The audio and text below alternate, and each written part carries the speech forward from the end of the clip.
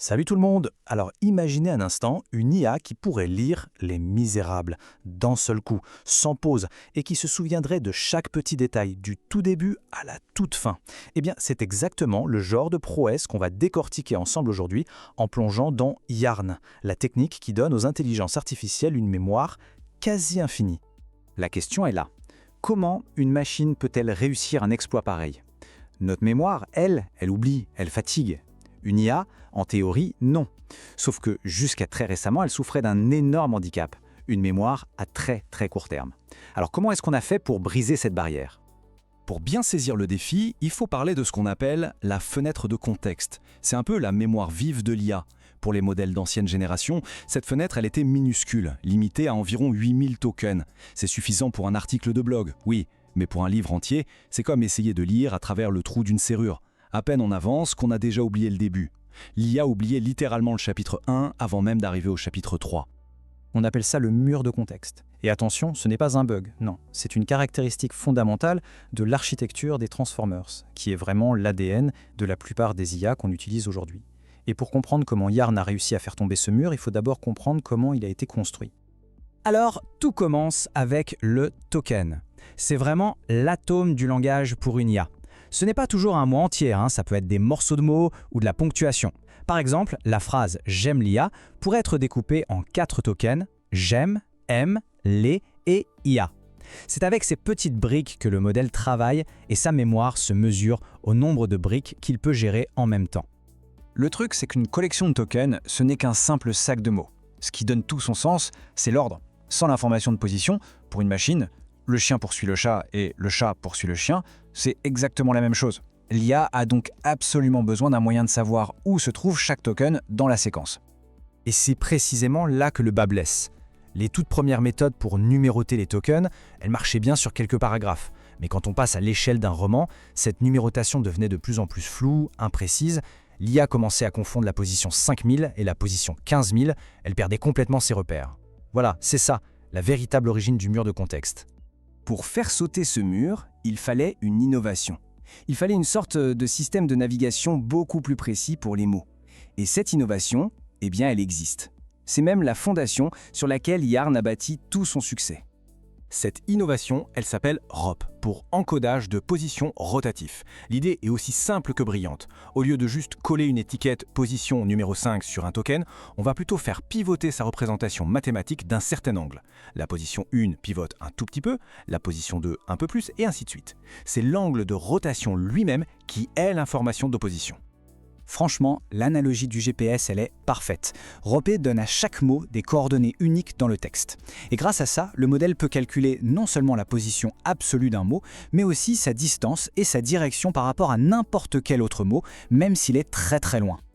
Bon, il faut savoir que Ropé n'est pas sorti de nulle part. C'est vraiment le fruit de plusieurs années de recherche. On est passé des encodages absolus de 2017, qui donnaient juste une position fixe à chaque mot, aux encodages relatifs, qui se concentraient sur la distance entre les mots.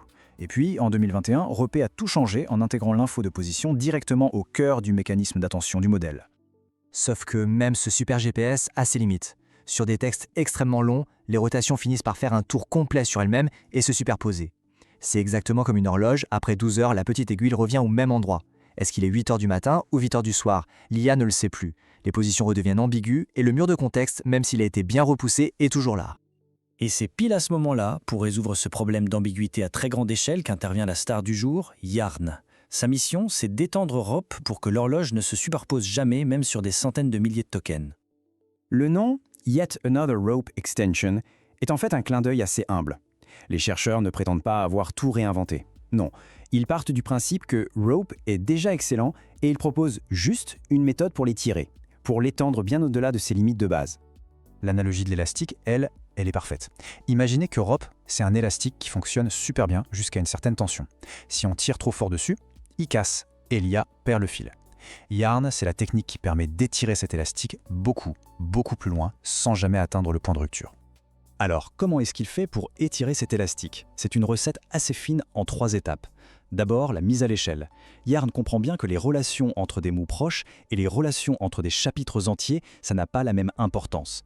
Il ajuste donc l'encodage différemment pour ces 2 échelles. Deuxièmement, l'interpolation. Il insère intelligemment de nouvelles graduations de position pour ne surtout pas perdre la précision des détails à courte distance. Et enfin, la stabilité. Il ajoute un mécanisme qui empêche l'attention de l'IA de se diluer sur un texte immense. C'est un vrai petit tour de force d'ingénierie. Ok, mais il faut savoir que Yarn n'est pas la seule solution qui a été proposée pour régler ce problème. Alors, qu'est-ce qui le rend si spécial? C'est le moment de le comparer un peu à ses concurrents. Oui, bien sûr. Plusieurs équipes de recherche se sont attaquées à ce problème du contexte long, chacune avec sa propre philosophie. Et c'est vraiment crucial de comprendre les compromis de chaque approche pour voir pourquoi Yarn sort du lot. Ce tableau résume parfaitement la situation. D'un côté, on a des méthodes assez simples, comme l'interpolation de position, qui va juste tasser les positions, mais au prix d'une grosse perte de détails. De l'autre, des méthodes comme Alibi qui sont très efficaces, mais qui obligent à modifier en profondeur l'architecture du modèle, ce qui est très coûteux. Et Yarn, lui, il trouve le point d'équilibre parfait. Il est plus sophistiqué que les méthodes simples, mais il ne demande pas de réécrire le modèle de zéro. C'est le meilleur compromis entre la performance et le pragmatisme. Et les résultats, ils sont là pour le prouver. Ce graphique montre ce qu'on appelle la perplexité, une mesure super importante en IA. Pour faire simple, la perplexité, ça mesure à quel point le modèle est surpris par la suite d'un texte. Plus ce score est bas, mieux c'est. Ça veut dire que le modèle comprend bien. Et comme on le voit, l'approche de Yarn obtient le score le plus bas. C'est la preuve chiffrée de sa supériorité. Cette mémoire étendue, c'est une révolution, ça c'est certain. Mais attention, elle n'est pas gratuite. Il y a un coût, et un coût bien réel en termes de matériel et de puissance de calcul.